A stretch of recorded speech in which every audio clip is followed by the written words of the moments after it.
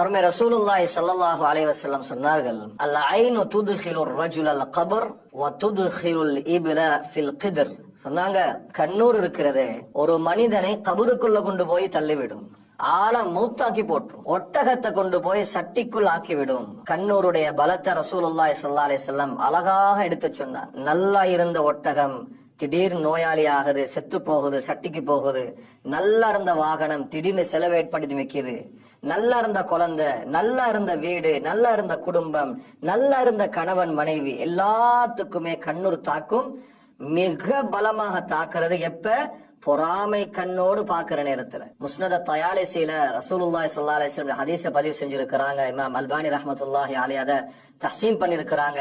சொன்னாங்க ரசூலுல்லாஹி ஸல்லல்லாஹு அலைஹி வஸல்லம், அக்ஸரு மன் யமூத் மின் உம்மதி பஅத கலாஇல்லாஹி வ கத்ரிஹி பில் ஐன். இந்த உம்மத்துல அல்லாஹ்ட கலா கதருக்கு பின்னால அதிகம் மூத்தா போகிறது கண்ணூரை கொண்டு என்பதாக சொன்னாங்க ரசூலுல்லாஹி ஸல்லல்லாஹு அலைஹி வஸல்லம். ஸஹல் இப்னு ஹுனைஃப் ரலியல்லாஹு தஆலா அன், நபி தோழர்கள்ல உடம்பால் மிக அழகான ஒரு சஹாபி ஸஹல் இப்னு ஹுனைஃப் ரலியல்லாஹு அன்ஹு. இவங்க ஒரு நாள் குளித்துக் கொண்டிருக்கிற நேரத்துல ஆமிர் இப்னு ரபியா என்று சொல்லக்கூடிய இன்னும் ஒரு சஹாபி அவர் கடந்து போறாரு. கடந்து போற நேரத்துல இவருடைய உடம்புடைய அழகை பார்த்து, உடம்புடைய வதனத்தை பார்த்து சொன்னாரு, லம் அரகல் யௌமி வலா ஜில்த முஹப்பா. ஏண்ட